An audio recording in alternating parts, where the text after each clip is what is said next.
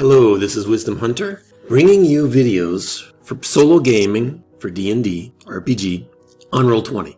Now, this particular video is something I've been waiting around for a while to do because this is really critical, this is really important, this is really cool. So, what have I done? Let me go ahead and explain it to you. I've customized monsters. So yes, in Roll20 you can just bring down certain monsters. If you want a certain monster, it might come down to the level 2, and that's all you get. Or if you want another monster, it might come down at a level 1/8, and that's what you get. So there's no way really to level up and down monsters easily in Roll20. So what I did is I created up to 90 levels of monsters, adjusting their ACs, adjusting their hit points, attacks, everything.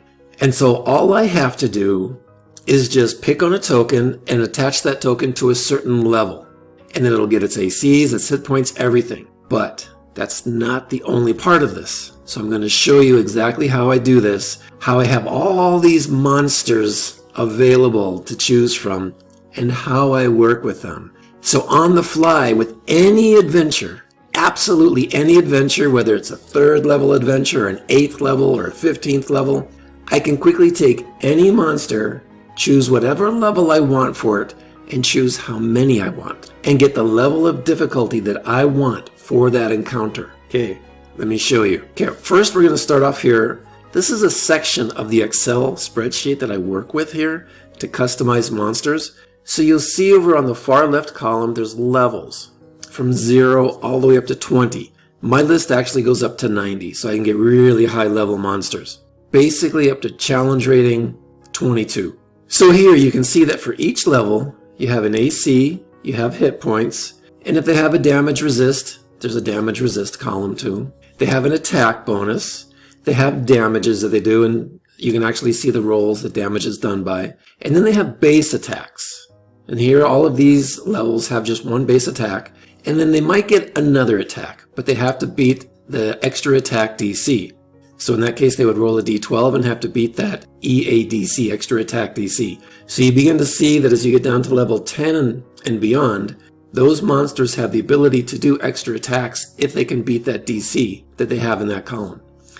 And legendary actions, none of the monsters in these levels from 1 to 20 have legendary actions. So then you can basically be able to see their number of attacks, the damage per round that's calculated, and their challenge rating off to the right. So you get to see all these levels of monsters.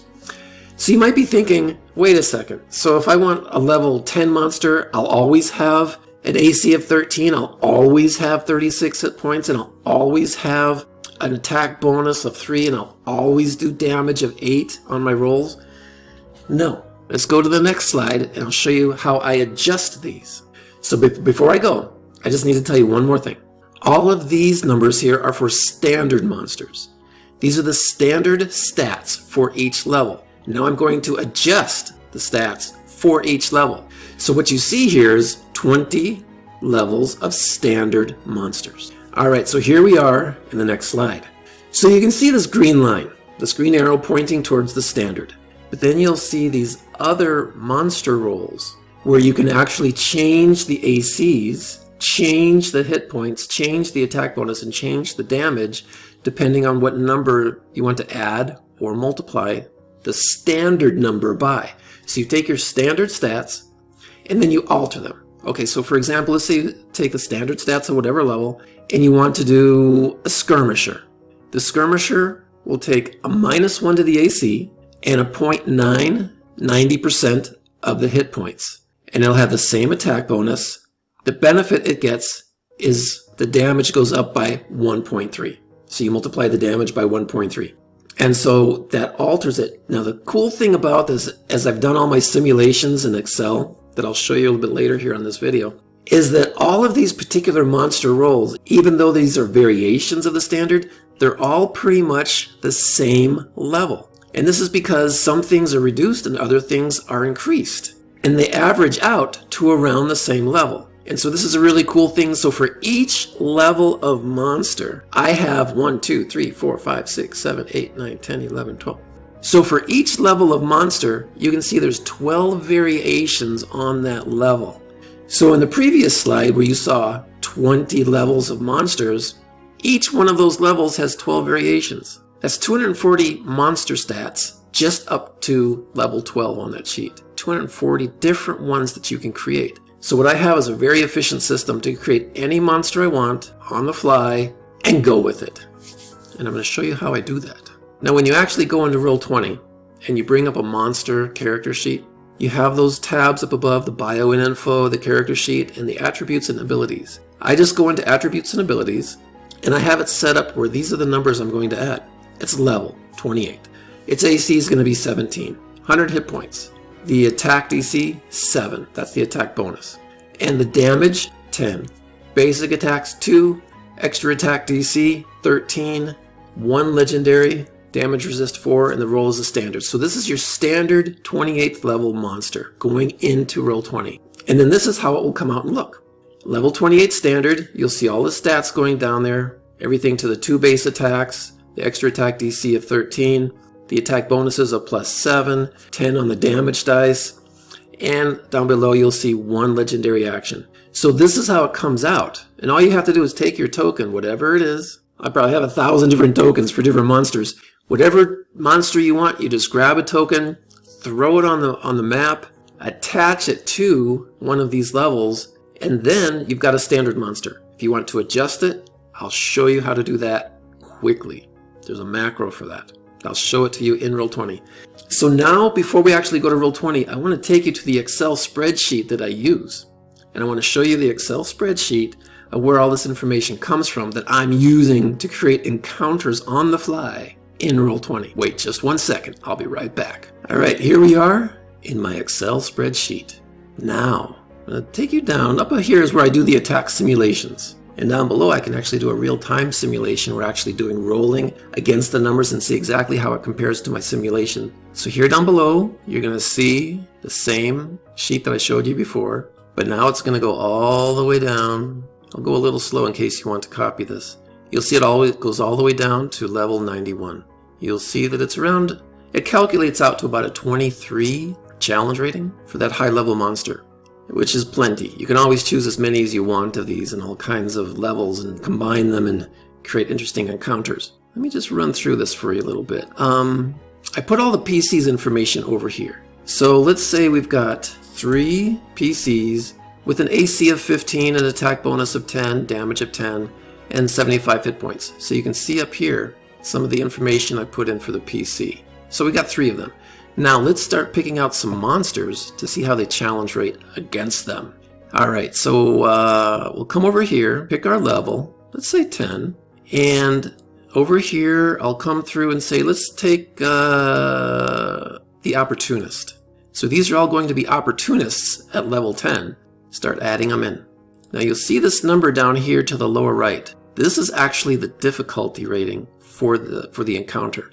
Once it gets up to about 60 or 70, that's kind of a standard encounter. When it starts getting over 100, 120, it gets really dangerous. So let's continue on, see what we can get this number to. 16, 51, 68, 90.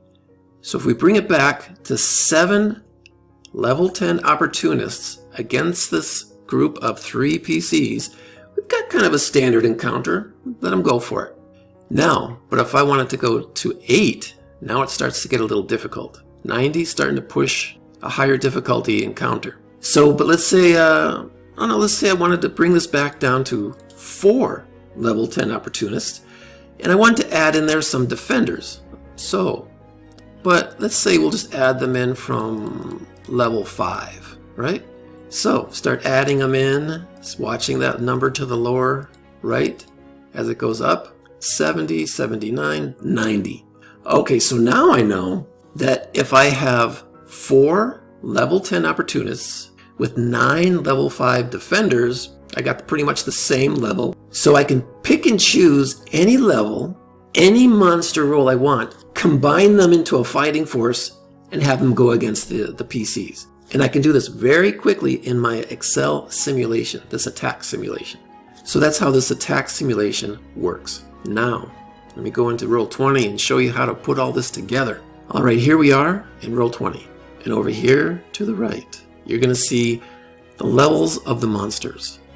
And you'll see level 0 all the way up to 28 so far. These are the levels I've been playing with. So let's just look at one and see what it looks like. Level 5. Alright, so here's the level 5 character sheet. And you'll see all the information in there. You'll see the attributes over here. So where I've actually created new labels here for level, AC, HP, attack bonus, damage, base attacks, extra attack DC, and if there's any legendary actions, in this case there's 0, damage resist if there's any, 2, and the roll, this is a standard. Okay, so that's just your basic level 5. Now, so let's say I want to take this constrictor snake, bring it up, and say, okay, you're now going to be a level 5. And let's put hit points in the red. I'll put base attacks in here. And then another number I might want to look at is the EADC. So save the settings. So now I can look at this and see that there's 18 hit points. If I want to do an extra attack, I'll have to beat that 13. Well, 13 basically means a D12 is not going to beat it, which means there is no extra attack. And there's just one base attack. So this constrictor snake is doing one basic attack with 18 hit points. Now, let's say I wanted to change the stats from a standard to something else. Let me show you how I do that. So over here to the right, you're going to see NPC setup 1, setup 2, setup 3, setup 4. Let's go through it. NPC setup 1. Let's just test the macro, show you what it looks like. So this is basically just saying, okay, it's going to be a level 5, because it is a level 5. Okay, so it wants to make it an opportunist. So it's randomizing the monster roll. It says, okay, make it an opportunist. Now take these standard stats that we've already put in there for level 5. We're going to go to the setup 2 macro and make this an opportunist. Let's go. Okay, so now here's the macro for the setup 2. Let me go through this slowly. You'll have to pause and write the stuff down if you have good enough resolution on your computer. Let me go ahead and, it's kind of long. Let me come down a page. Give you a second to pause on it. Come down. Give you a second to pause on it. And then give you the very last line of the macro. Okay, so let me show you how this macro plays out. Okay, so here we see the result coming out there in chat on the right. You'll see the standard numbers come out first with your HP 18, your attack bonus of 2, your damage of 5. That's the standard numbers that we've already have built into the constrictor snake. But now we want to make that snake an opportunist with the stats of an opportunist at level 5. And these are the stats right down here. So all we have to do is put these numbers into the character sheet for the snake. Let's go ahead and do that. Okay, so here we are in the character sheet of the constrictor snake. And we're going to still keep it at level 5. The AC for the opportunist is still 12. Still 18 hit points. The attack is now going to be attack bonus of 1. And the damage is going to go up to 5.5. So it's a little bit of a shift. And then we would come over here to the character sheet, edit it.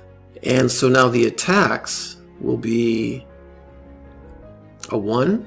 And the damage would be a 5.5. So it would have to be, we'll make it a D6.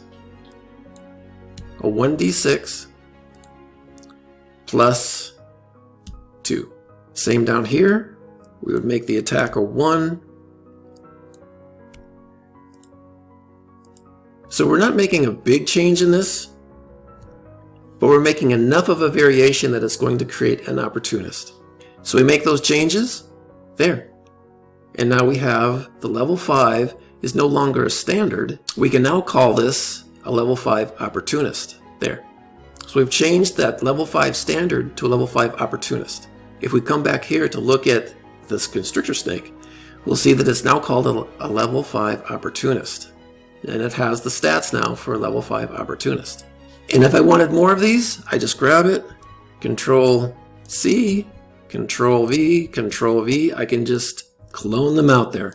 Now I have all these others that are level 5 opportunists. How many I want, however my Excel spreadsheet tells me I need for the certain encounter. I just make them and then start throwing them around the battlefield. Okay, let's go to the next macro for the setup 3. And let me just show you what the setup 3 does, what it's going to look like. So the role that we're playing with right now is the opportunist.